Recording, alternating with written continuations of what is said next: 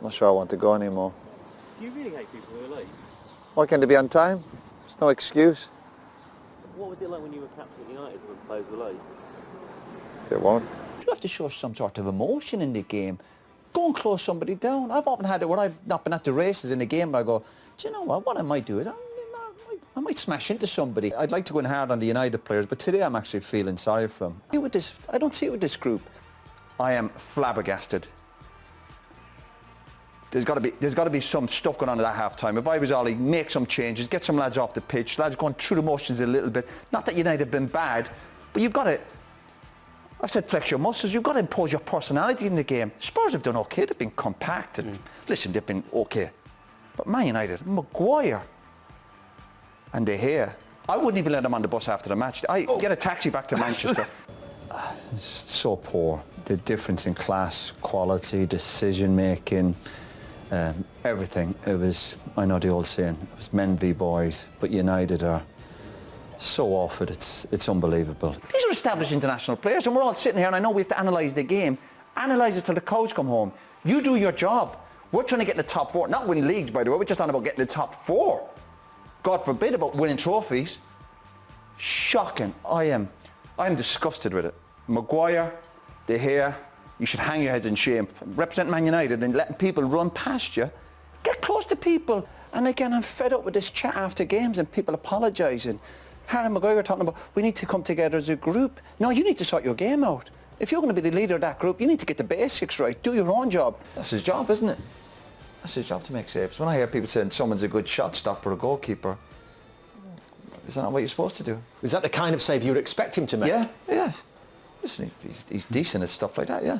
When Man United signed Pogba, it wasn't to be playing in the Europa League and to be trying to win the League Cup. That's not his fault, is it? Well, he's part of the problem. Well, he's out there playing. He's come for big money, big reputations. We're seeing the interviews. He's saying, I've come to win big trophies. Well, do it. Do it against Man City at home in the League Cup. But if you think Fred and McTominay and Matic in midfield will get Man United back to the heights of winning league titles, then you're living in cuckoo land.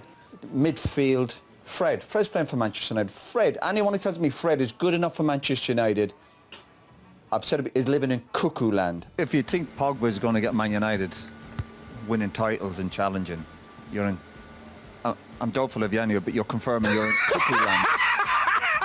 But I've been a manager, you're going to a match with players and you're looking over your shoulder on the bus and you see Shaw, Maguire, Fred and these boys, you're going, my job depends on these guys. Then you're in trouble. People now cares more about the stats than the performance. What do you make of that, Roy? He's come out fighting. Fighting? It was bizarre. A lot of nonsense there, wasn't it? Talking about a lot of stats. Just get on with being a footballer. There's a lot of group of players out there from Man United. They are talented. We're on about Cavani's a big loss. Cavani's always injured. He's 30-odd. You can't hang your hat on Cavani every week. He played last week. He done okay against the poor Tottenham team. And he's injured again today. He loves a niggle. You can't hang your hat on him. Again, a lot of talk now this week. A lot of rubbish coming up from players. Apologies, left, right, and centre. It's no good. It's all rubbish. All that kind of nonsense that coming up from players and from Team Rashford and Maguire. We'd Fernandes a few weeks ago when he missed a penalty against Aston Villa. Just get on with the game and turn up and give everything you have for the club. But he's got Van der Beek. Are you saying he's the answer? I'm not saying... Well, he played at the end of last season. He was very average. He was very average. We talked about Fred and McTominay. 40 million to drop in the ocean. We have the same... 40 million to drop in the ocean. Same conversation Jack every Grealish time. is on the bench today. He's 100 million. He's on the bench today. That's irrelevant up to the conversation. But Van der Beek... If Ollie walked in here now, if Ollie walked in here now, I'd grab him by the... And I'd go, why are you playing Fred? For all managers have to make their own decisions. They're walking to players day in, day out. I would look at him and go, why are you playing Fred in the middle of the park? Huge position for Manchester United. And that's what goes on to the manager, and that's why he has to take responsibility for that. I agree. We're never going to win the league with Ronaldo. Famous last words. I was going to do my coaching badges. But you can do them still, you know. I was going to be a pilot when I was young. I was going to be a pilot. I just didn't do the course. Yeah, I just didn't do the course, right? I can't fly. No, you need the badge, right? You better be on time. I never thought I'd see you on Instagram. How's that? Who broaches that subject with you first time and says... My youngest daughter. And she goes, what? Go on, tell me the Go on, conversation. Dad, listen, we were in lockdown. Can you do it just for a laugh? Blah, blah, blah. Sitting at the kitchen table. My 16-year-old daughter. And I went, yeah, come on, let's do it for a laugh, bit of fun. So it's my daughter. But I've met people have said to me, who's your team? Where's your team based? I went, where's my team? Okay. As if I have a team. I went, Let a player now as a social I'm pretty sure they have, but I thought, I have a team based in New York and London, you know, they work. It's me and my 16-year-old daughter, she's chief executive, yeah. I'm fed up already, not even started. What am I doing with my life? That's a good sentence, that, isn't it? When we won the World Cup in '98 in the European Championship. You have said it a few times. It was just the start. Once is enough, once is enough. 7 Premier League titles. Yeah, but do you know what? It should have been. 4 FA Cups. Should be more than that. Yeah, I know. We'll get to that. 4 Community Shields. Well, them stats don't rock my boat. Again, perception. People think I'm probably not up to it. They see me on the television. They think he's a bit of a head case. I fell out with McCarthy, Ferguson. They think he's trouble. But I don't think I am. You were supposed to say there you're not. No, you. We said 1/4 but 1/4 to me means 10 o'clock. You should be 15 minutes early. Vince Lombardi, the great American coach, said that. Yeah, I think the only thing I'd be critical of is why would you want to speak to an opposition player? I don't care if he's your teammate or not for over 20 minutes. I very rarely speak to anybody for over 5 minutes. I hope your wife gets more than 5 minutes chat with you. Never. Does she still manage it now for you? Well, we say manage it. Can we do a picture? Let's do a picture today. Is that managing it? Yeah, is that managing it? I don't know. But people said... I looked this morning, you've got 1.4 million followers on Instagram. Right. Well, what does that mean? It means you're very popular. No, it's just people look at your photo. Is that you look at your photograph and have a nose at you? But do you want to build? I think, to be fair, I think it helps you. You talked about perception before, about how people see you. Helps me in what way? I think it helps you. But I have a good life. Helps me with what? No, because I think it helps you because you said before about perception. Would it get me a job? It could. Instagram might get me a job. So that my pro license, forget my pro license and all my football experience, Instagram will get me a job. That's great. You should have told me that years ago. Jesus. You know, Mick, I've always said is a really, really nice guy. Yeah, very likeable. I'm not sure he's got much knowledge on football, but he's a really nice guy. Vieira or Keane? What? Player. I thought I was better than Patrick, yeah. Is that what you're saying? Who was better? Yeah, me. What are you pausing for? I couldn't believe we went to Saipan to train when the island doesn't have a football pitch. You tell me, what are we doing in Saipan without a football pitch? Best goalkeeper you played with? I suppose I'd have to say Peter, but I still think he was overrated. Peter Schmeichel. Yeah. Overrated? In what way? Was. Yeah, I just don't think he was as good as everyone made out. But he was very good. Why are you questioning my answers? I was always able to run around. My young fella plays soccer now. He's 17, and I think he plays like I do. He's not very good, but he runs around a lot. So I don't get fireworks anyway. I don't even like people setting off fireworks. I don't get fireworks. Why not? What a firework? You spend fortune, it blows up and it's gone in 3 seconds. Do you ever watch Room 101 where you sit in the programme with Frank Skinner and you say the things you don't like? It could be anything. People who smoke, people who are always on their phones, and you get rid of it and you argue. To me, it'd be fireworks. Pointless. We never used to have team talks or speeches. There was a few occasions, I would say, you might remember, maybe 2 or 3 times a season, before a match, I might just turn around to the group and say, remember lads, we're Man United. And that would be it. That would be my chit-chat. You would never do that. My way of leading was the way I played and trained, I suppose. Yeah. But you know, if you're a goalkeeper and they make a save, do you know what, Mick? I feel like some people... It's your job! It's your job! It's your job! He's got gloves on. Why is he wearing gloves? And when people say someone's a good shot stopper, you go...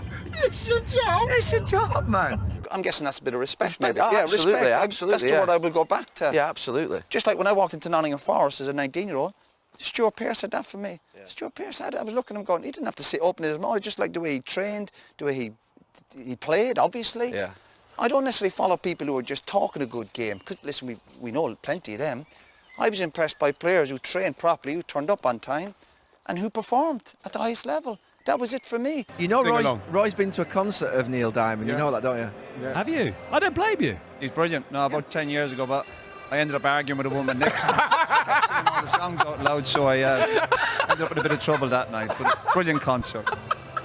I wasn't daft, because what happened at the end of it, when you're working with people and brilliant managers, and that respect is lost, and it was, then it's over. Brendan's talking there about it's a great achievement. I think what we could look at, I think the key to management nowadays is set your standards really, really low and you'll be in the game for a long time. Cillian Murphy comes on, I love the programme to bits. Comes on at the end and said, "No, can I have a picture?" He said, "No, I've got some filming to do now." Brilliant. What's up? I thought he was a spit of him. But I get where he's coming from. He was working or he was in the zone. Yeah.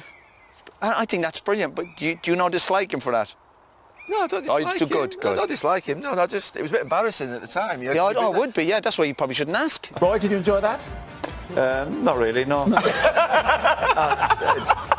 Yes, you did. You know, you're always thinking about the players in the dressing room, all this kind of bit of nonsense, but it is what it is, I suppose. We've got to try and get rid of all that player power nonsense, particularly from bad players. It's one or two players sitting in a press conference here, we couldn't believe it, and these lads, muppets. It's the only way I can describe them. To sit there and to say what they said about me, hypocrites, these lads. Cowards sums them up, and I mean that. I will not go back on that. But you always know teams having a hard time when they're paying for it. Yeah. The only teams who do that. You don't do it when you win it. Yeah. You know you're heading for relegation if you're paying for them. I was doing that every week at Sunderland and Ipswich. I thought a bit of paying for them will keep us up. Are we doing any training today? No, bless you. We're doing a bit of coke. Team bonding. Yeah, and then we'll go for a Chinese. Moment you still think about? What, in a good or bad way? Anything. Good and bad. In football, I suppose. Maybe actually when I done my cruise ship. Haaland one. Yeah, the Haaland stuff, yeah. When I got injured. When you got injured, do you blame yourself for that? Yeah, a bit stupid. But I don't think I deserved doing my cruise shit for it. Around about Henry's handball, yeah, of course you handle it, but I'd focus on why didn't they clear it. I'd be more annoyed with my defenders and my goalkeeper than Thierry Henry.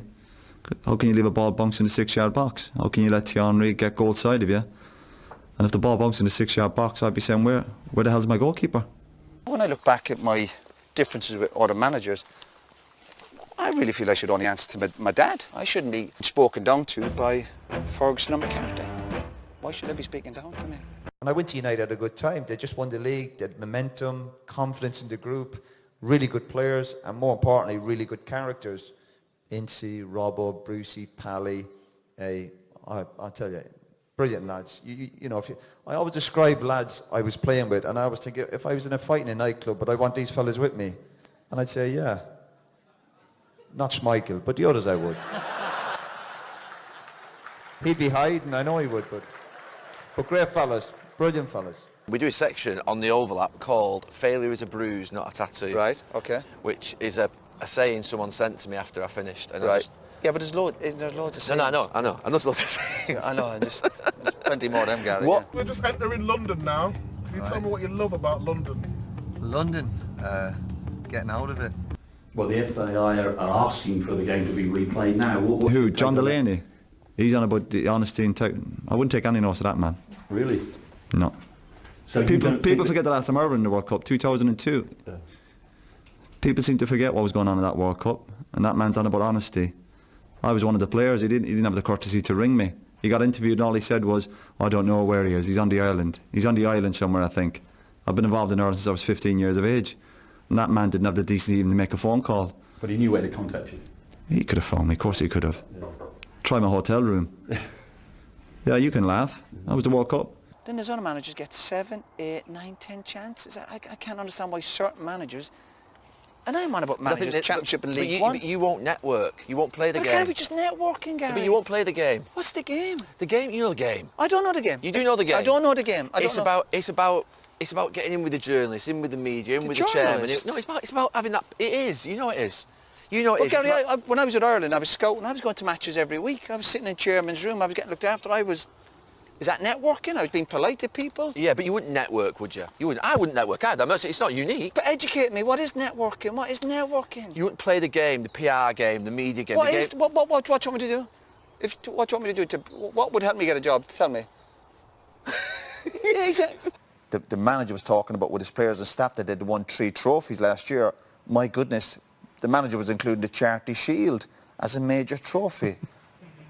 My God, now you're in trouble. No, I think it was when the lads were coming in our dressing room, like Mikel and Laurent Blanc and Fabien, and I used to be looking at them and they'd be like doing stretches and eating salads all the time. I was thinking, do you know, maybe I'll try some of that, because I was just eating bread and potatoes and pasta. Listen, still having a half-decent diet. But I forgot what I'm about. I'm Irish. You know, I like my bit of rubbish. And that was kind of helping me in my career. That's what suited me. But as I said, it's unfortunate because there is genuine English fans who go and watch the games to enjoy the matches. But you're going to get one or two idiots, unfortunately. You ask any sports people, I suppose, boxers, anything, you slacking off 1 or 2%, you're found out. I think we were found out last year. The hunger just wasn't there. After winning the treble, I read a few quotes from different players, and they said like at the time, oh, I don't care if I never win a trophy again. Oh, it doesn't matter now what happens. And you're thinking, it does, you know. It's next year, you know. Tell us about the watch story and the watch you bought in pre-season. Oh, for United, yeah, that's an old story. But yeah, Sharpie. But again, listen, I've made mistakes like everybody else. But no, I bought but again, I first came to United, I've been at Forest, and I thought, you know, nice watch. I was in town with Sharpie, great guy, and we saw this Rolex. Again, I didn't have a clue, Rolex watch, God knows. And the guy was trying to sell me this watch, and I was looking, it was like 1,100. But it was another watch for 2,000, but he was saying to me, you know, I'd recommend the one for 1,100. And I was thinking, good guy, because I thought he'd be trying to sell me the more expensive one. So he took the watch away and I'm sent to Sharp. I said, he seems a nice fella, really good guy. You know, he's looking after me. He's not trying to sell me the more expensive one. He went, what's it mean? I said, well, he's selling me that one. I've given my credit card for, you know, 1,150. And Sharp, he went, no. I was 11,500. I said, you serious? He went, yeah. And the best one is the guy, he went, well, tell the guy you don't want it. I went, nah, sick, we cringing. Ego. Yeah, ego, pride, Gary, yeah. Famous last words. But he came out with a watch and I went, cheers, thanks a lot. And I remember he saying to me, you're a very rare watch, you know, people could chop your arm off for this, very rare. We left, there was one in the shop across the road. I remember looking at it. And I said to Sharp, I went, hey, keep that to yourself. I went, you know, I'm new to the club. I don't want to think I'm a fool. And the next day we get on the bus and all the lads are like, hey, what time is it? I go, idiot. I still have it. I still have the watch and it's got up in value. So I think I was thinking long term, an investment. Yeah. Who's laughing now? But all the lads I've worked with, we never once do I ever remember a dressing room discussing wages with somebody or who's getting what, or if you were getting more than me, good luck to you. You know, you'd hear stories in the media, certain players might have clauses in their contract, they have to be the highest paid player of the club. All complete nonsense. The good lads I worked with was about doing the business, going out every day, and obviously when you're playing for Man United, when people say you win a trophy, you expect to win a trophy with these players. I remember when I was up at Sunderland, I came in one Monday morning and Real Madrid was on the night before against Barcelona, and the staff were having a cup of tea and I went, what a game that was last night. Barcelona. One of the staff went, I didn't know it was on. What do you mean? It's been advertised the last 3 weeks. It was on the and I think he said something, I was with my wife in York. I should have sacked him on the spot. You know, I didn't get out. I didn't say it. You're like, you gotta have a passion for the game. If you don't watch Barcelona and Real Madrid on a Sunday, wait, get out. I should have got rid of him. France were there for the taking and Ireland never grabbed it. Usual stuff.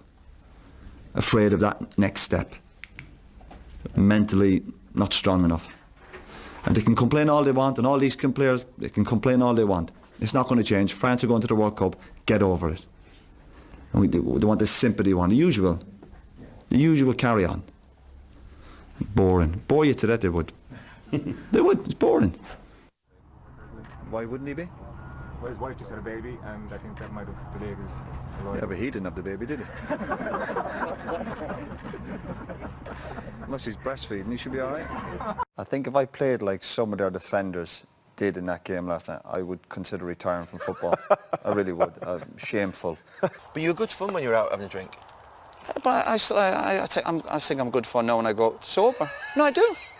No, but I do. I think I have a good crack now as much as I did. You're a good storyteller. Right. Well, is that not bad? What do you want me to do? Take my t-shirt off and string it over my head? When I used to go out, people go, oh, he's a lunatic when he's drinking. You know, he's a bit of a time bomb. Be careful. A lot of people say. And then I stopped drinking. Oh, he's a loner. He doesn't want to mix with anybody. Go, what do you want me to do? You know, if I go out, I'm mad. I'm a loner. You can't win.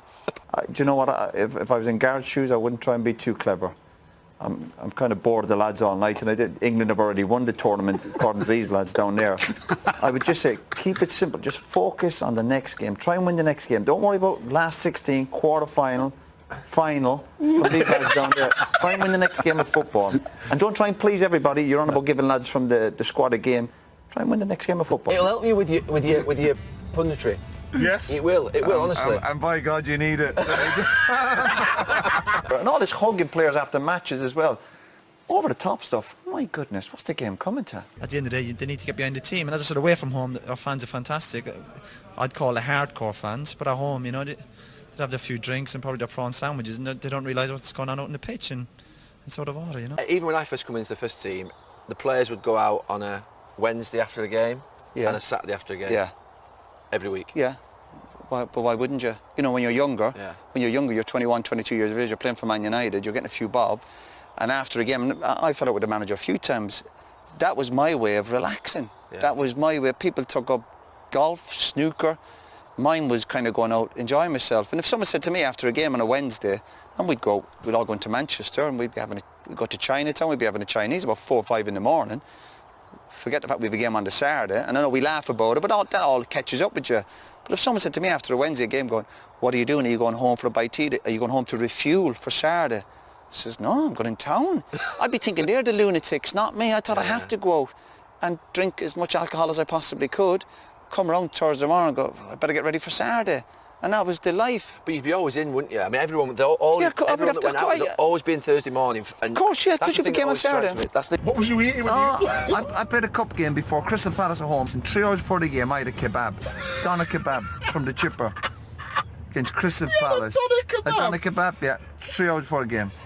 But Alex Ferguson pulled me in many times, said, you were out in Manchester, you got a taxi at 2:30 yesterday morning, something. I go, yeah, I did. But it's not breaking the rules because it's 48 hours, it was in our contracts. Yeah. And I used to argue, I go, yeah, I did. And then he would say to me, how many drinks did you have? And obviously I'd lie to him. I would say maybe 10, 11 bottles, and he'd be like, 10, 11 bottles? What are you thinking? I'm thinking, if I told him the truth, that was every hour, you know. So it's just, so you kind of tell the odd white lie as you go along, obviously. And we've done the same with Ireland. We used to turn up with Ireland on a Sunday night, and we'd have an international qualifying for the World Cup on a Wednesday, so we get into Sunday night, Jack and all this, and I was only a young player. And the senior players, I'm on about Paul McGrath, Kevin Moore and Andy Townsend, all this, and I'd be sitting there going, Jack, can we go tonight? And Jack go, look lads, big game on Wednesday, you know, can we just go? All right, lads, try and be back for about midnight, right, midnight. We're playing on Wednesday, Spain in the qualifying. Well, Jack, and I'd be sitting there going, yeah, I'll go for a few pints, but this is about 6 o'clock, you still have 6 hours drinking. Jack, 12 is a bit awkward, you know, if you're out at 12 in Dublin, any chance you're 2 o'clock, lads. 2 o'clock, be back for 2 o'clock, that's it. But Jack, you know, if you're out at 2, you're obviously in a nightclub. You know, if you stay out till 2, that means you're not going to leave a nightclub, do you? Look, I'll see you in the morning for training, and that was it. We'd come in at 7, 8 in the morning, and Jack would push training back to the afternoon because we'd sleep off the hangovers. But you know what, Jack? It's obviously a stupid thing. Brick wall for him. Yeah, because that was management. He knew the senior players. He knew Paul McGrath would do the business. Yeah. He knew as a young player I'd probably do the business on a Wednesday. And not 9 times out of 10, but a number of times we would get results for Jack, and he'd go, listen, who am I to stop these lads going out? That's not leaving your leg, and that's different, Dad. And he does What's that then? And then when he does leave his leg, and the party piece afterwards is the triple somersault he does. He's a disgrace. What do you want the other players to say to him? Get hold of him, so you don't behave like that playing for Man United. France squad, look, I looked at the squad of all the players who were not going. It was ridiculous. For France? 11, yeah. Yeah, don't worry about the lads who aren't going. Focus on the players who are going to be there. Christ almighty. Ferguson thinks he can just say what he wants about people, and people go, because he's the mighty Ferguson, he can do what he wants, and nonsense. What are people frightened of? Is he entitled to criticise me and tell lies about me? Other teammates who brought success to Man United, criticising them when he'd made millions out of the club, millions. He's getting statues, he's getting stands, and he does a book and criticises people who brought him that success. Crazy. Do you have a relationship with Sir Alex Ferguson? There's no need. Why would there be? You know, this is my relationship with Man United. You know, my contract was with them, not with Ferguson. No. It's like Micah. It looks good, but it's not very good. Try and watch. I was very lucky. 2 brilliant managers. What I suppose that what I always enjoyed working for both those managers were they always kept it simple. Alex Ferguson or Brian Clough I never felt confused with any of their instructions or their tactics. They kept it very, very simple. Obviously both brilliant managers. I do cut my blessings, I've worked with them. But if I was to take anything away from having worked with them was how simple they kept things and never complicated it. Well, obviously you're professional, you got to respect the people you're working with. Simple as that. I always remember the first time we won the league and we were in Mulligan's and you walked in with Norman. Do you remember? Norman Whiteside, right. With a flag with the right. United flag. Right, brilliant. Yeah. And everyone just started singing. Yeah, brilliant, yeah. Listen, great days. From that moment on, I never missed a night out right to the end of my career. Yeah, but you were always forced to go home though, weren't you? No. I had a fight with Pally in Marbella. I was with Pally a few weeks ago, honestly, great guy. I vaguely remember, I think Bobby Charlton, I told you that, he opened the door, he apparently stuck his head out and he saw me and him doing it. I bet you think, but I think we won the league that year, so it helped. I don't know. But even that, when I came down that morning after that fight, I remember thinking with the lads going, I'm sure I was fighting. I can't even remember. I remember my hand, I'm sure I was fighting last night, and one of my fingers was all bent back. And then I think Butty was on the scene, to be fair. Butty was... He's always around, wasn't he? He's around Butty, and he explained what happened, and I think Peter had a black eye, to be fair to him. He can't be right. Now, I've heard now people say, well, they want him around the place. For what? What does he do? Card tricks? Does he have a sing-song? Does quizzes in the evenings? What does he do? The respect the way he used to speak to me, Ellis Short. I didn't like the way he used to speak to me. What would you say? Just the tone of his voice. I felt, and I go back to him when I suppose I left United, even with Ireland. I think if people speak down to me or show me a lack of respect, that does irritate me. And it doesn't mean to say I'm not afraid to answer to people. Obviously we've got owners, and when I was younger you had senior players. But my last conversation with Ellis Short, he said, well, you need to move up to the area. And I was like, again I'm thinking, I'm 35, 36, why should a guy be telling me, a married man with 5 kids, where I should be living? And that's going to handicap them if they want to win the league or if they go deep in the Champions League. Win the league and Champions League, forget it. For Liverpool, forget about it. I think they have enough to get through the group.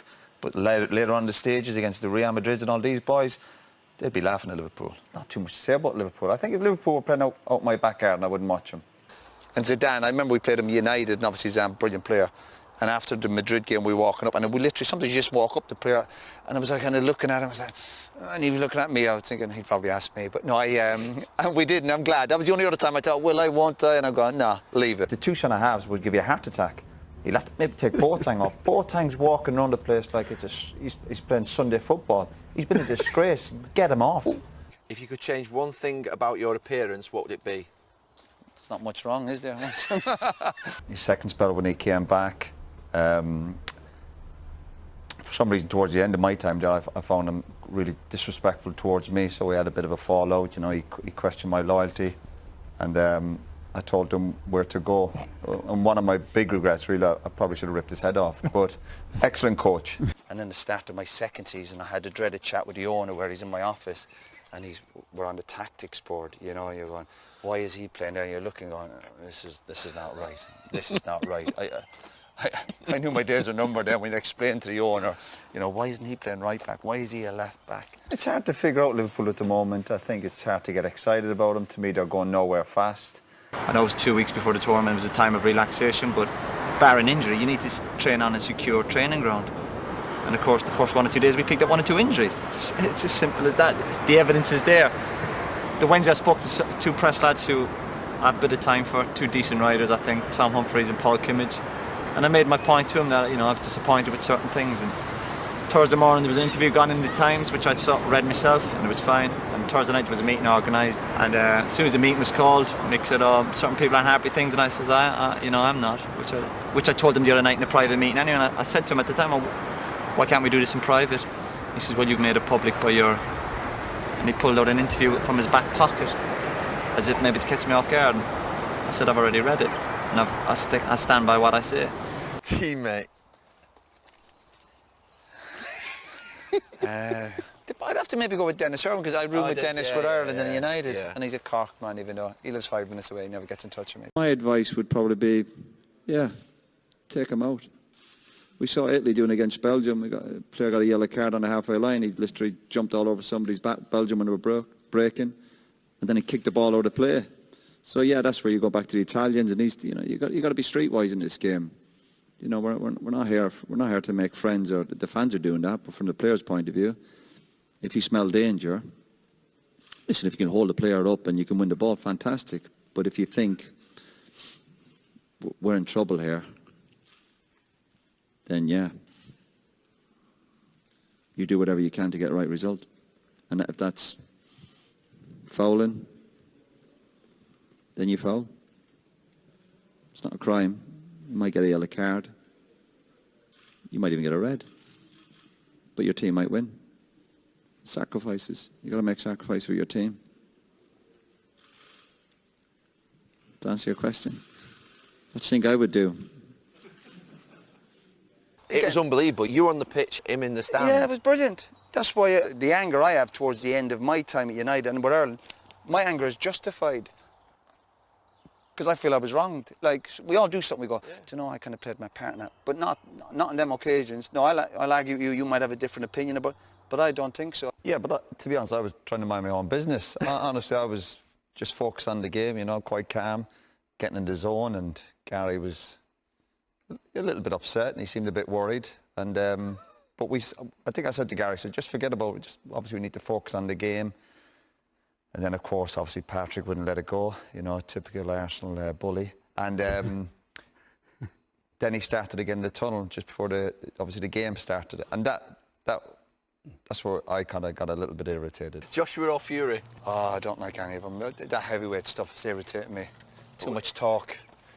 Joshua or Fury? None of them. They both irritate me. I'm not picking any of them. Honestly. Liam or Noel? Oh, Jesus. Do you know, I'd probably tolerate Liam more than Noel. But they both get my nerves, like the two boxers. But maybe Liam. You have to tell someone you like him a lot. This is like the person that's like... It was good the one person. In sport or in life, yeah, your it's family, a bit heavy, innit? Jesus. Can't. I think the players and even the supporters, they all have to change their mentality. It's just nonsense from players speaking after the games about how great the supporters are. Listen, the supporters want to see the team doing a lot better and not giving daft goals away like that. So, no, listen, I'm not too happy with all that nonsense again. And praising supporters for the sake of it. Listen, let's change that attitude towards Irish supporters as well. Listen, they want to see the team winning as well. Let's not kid ourselves. I know we're a small country and, listen, we're up against it. But let's not just go along for the sing-song every now and again.